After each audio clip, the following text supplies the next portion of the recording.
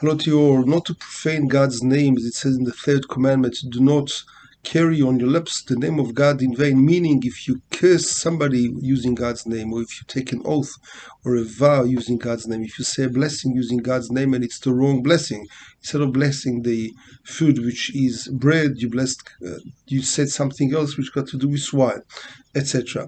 In our generation, people swear day and night in God's name, and it's a very terrible profanation of God's name. So we should be very careful in doing that. Very much like you wouldn't call your parents in the first name, "Hi Joe, how you doing, Carla?"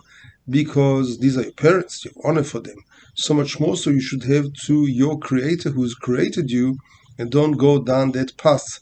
And therefore be very, very careful when we use God's name. It should be with trepidation, it should be with thought, it should be after thinking that it's the right thing to do, and after asking the right authorities if you are in that. God bless you.